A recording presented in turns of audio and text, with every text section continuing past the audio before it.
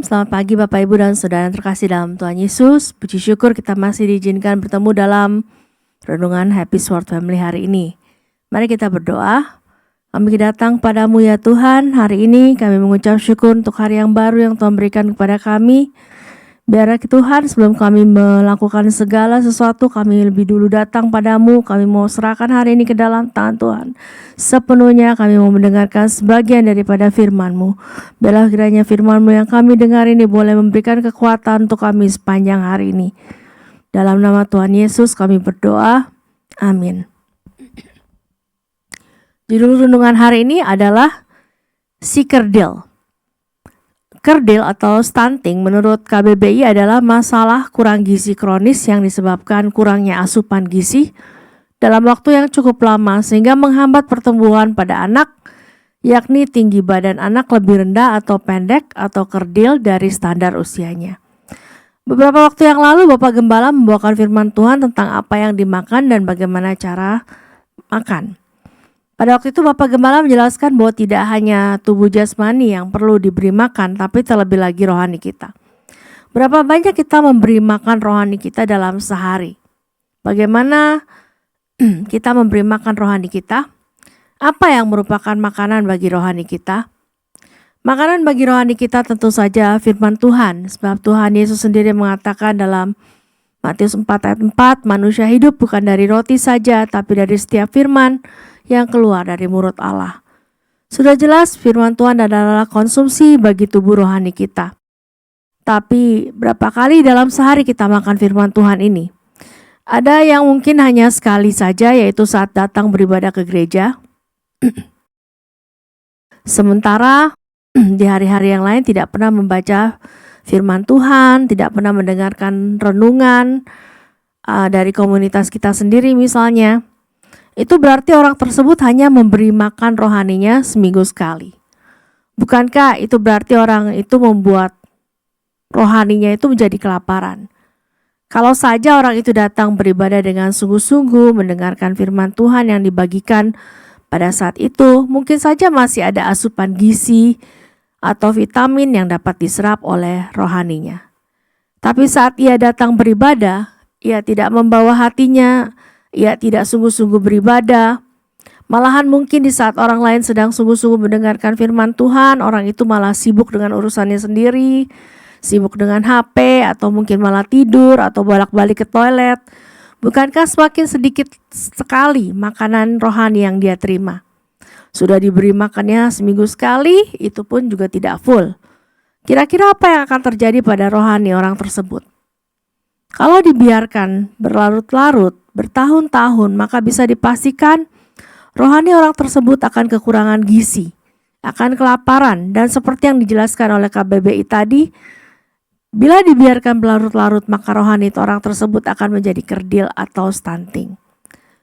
Rasul Paulus sendiri mengatakan untuk orang-orang seperti itu dalam 1 Korintus 3 ayat 2, susulah yang kuberikan kepadamu bukanlah makanan keras, sebab kamu belum dapat menerimanya, dan sekarang pun kamu belum dapat menerimanya. Entah sudah berapa lama orang tersebut mengikuti Tuhan, mungkin sudah puluhan tahun.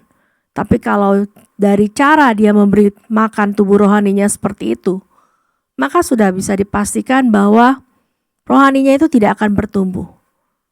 Mungkin saja tubuh jasmaninya ia adalah orang dewasa, atau mungkin juga sudah berusia agak lanjut, tetapi di dalamnya tubuh rohaninya ia masih terlihat seperti anak-anak karena ia kerdil.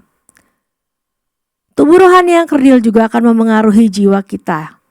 Kurangnya pemahaman akan firman Tuhan akan membuat orang itu punya pikiran yang sempit, pikiran negatif, bahkan pikiran yang jahat. Akan sangat sulit bagi orang tersebut untuk menerima kebenaran firman Tuhan. Dia akan dengan mudah menghakimi orang lain, menganggap diri sendiri lebih benar daripada orang lain. Akhirnya, dia akan seperti orang-orang Farisi, orang-orang Saduki atau ahli Taurat yang hanya bisa menghakimi orang lain. Orang tersebut tidak akan dapat menghasilkan buah-buah roh di dalam hidupnya. Lalu apa yang dilakukan Tuhan Yesus terhadap orang yang tidak berbuah? Matius 21 ayat 19 menceritakan, dekat jalan ia melihat pohon ara lalu pergi ke situ, tetapi ia tidak mendapat apa-apa dari pohon itu selain daun-daun saja. Katanya kepada pohon itu, engkau tidak akan berbuah lagi selama-lamanya, dan seketika itu juga keringlah pohon ara itu. Tentu saja kita tidak mau Tuhan Yesus melakukan hal itu terhadap kita.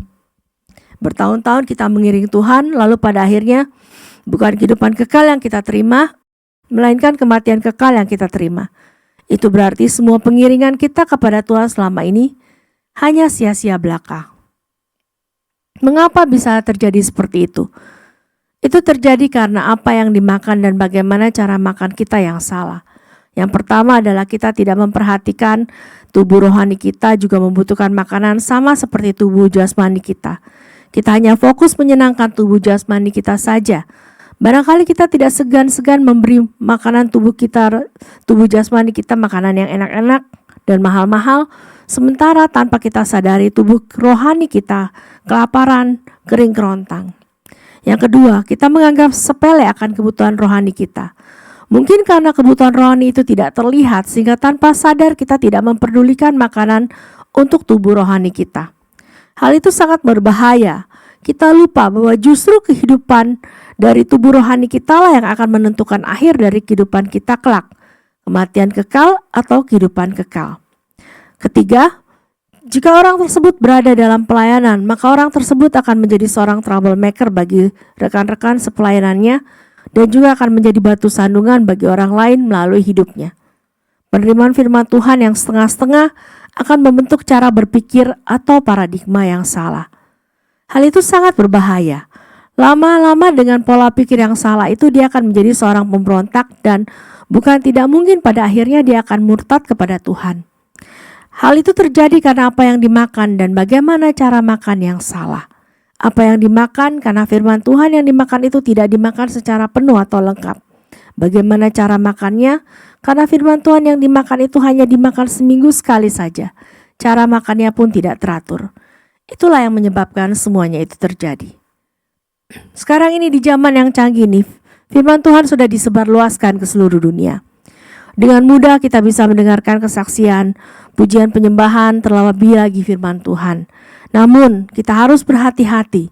Kita harus berpatokan pada Alkitab sebagai dasar dari kebenaran kita satu-satunya. Kita harus mempunyai dasar iman yang kuat.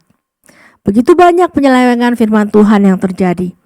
Hal ini tidak mengherankan. Bukankah firman Tuhan sendiri sudah mengatakan sedemikian rupanya penyesatan itu sehingga kalau memungkinkan bisa menyesatkan orang-orang pilihan juga? Kalau begitu, apakah salah kalau kita mendengarkan firman Tuhan dari hamba-hamba Tuhan yang lain sebagai tambahan makanan rohani kita? Tentu saja tidak salah, akan tetapi kembali lagi ke awal bahwa kita harus mempunyai dasar dan iman yang kuat juga menjadikan Alkitab sebagai satu-satunya dasar dan inti kebenaran kita. Karena itu marilah kita merubah apa yang kita makan dan cara kita makan firman Tuhan yang selama ini salah. Ingatlah, tubuh rohani kita juga membutuhkan makanan yang bergizi dan bernutrisi, sehingga kita bisa berbuah bagi orang lain, bagi Kristus, dan menjadi saksi hidup bagi orang lain. Jangan sampai kita menjadi si kerdil, orang yang keldir rohaninya. Orang-orang tersebut tidak akan mungkin dapat masuk ke dalam kerajaan sorga. Mari kita bersatu dalam doa. Kami mengucap syukur Tuhan, terima kasih untuk firman-Mu yang mengingatkan kepada kami, untuk kami memperhatikan lebih lagi Tuhan akan kebutuhan rohani kami, karena pada akhirnya, akhir hidup rohani kami akan menentukan Tuhan, apa jadinya kami kelak, di mana kami akan berada, kehidupan kekal atau kematian kekal. Karena itu Tuhan, mari ajar kami untuk kami bisa merubah apa yang kami makan dan bagaimana kami makan agar kami bisa melakukannya dengan benar untuk kehidupan kami di masa yang akan datang. Dalam nama Tuhan Yesus kami berdoa dan mengucap syukur. Amin. Sampai bertemu dalam renungan berikutnya. Tuhan Yesus memberkati.